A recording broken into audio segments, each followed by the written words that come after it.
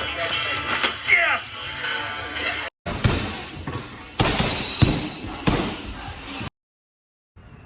And today's topic is going to be an important one. It's going to be why you should avoid street fights, and why people get into street fights, and why you want to get into street fights.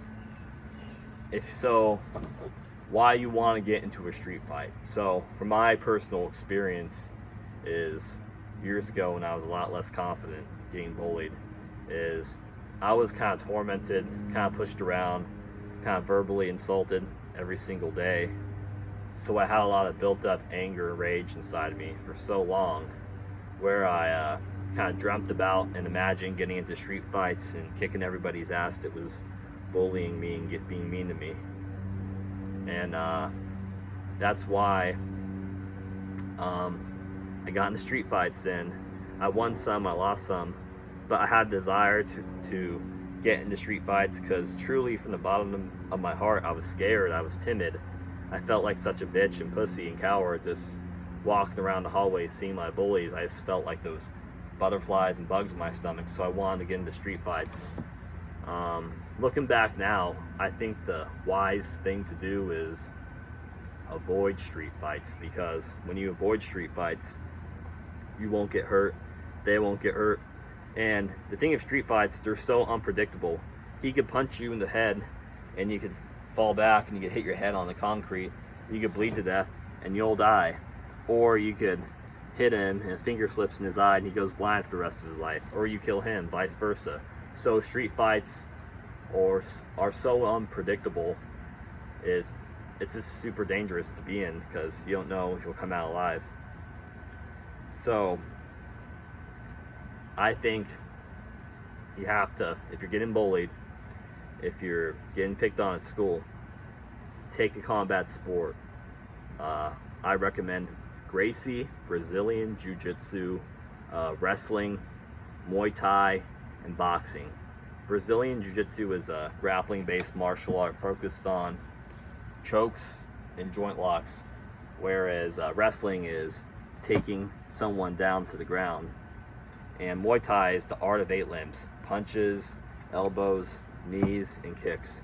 Boxing is just strictly your hands. But all these martial arts are super effective, and what I recommend about these martial arts is the environment in gyms. Now, of course, there's some bad gyms and bad people, but majority of people in the combat sports community are fairly good people, and if you train with them for about a month or two, you're also going to grow stronger physically, mentally, emotionally, get faster, get more confidence, because you're surrounding yourself with like an environment that's going to grow you as a person and uplift you. And that's a beautiful thing, I think. And cap off this video.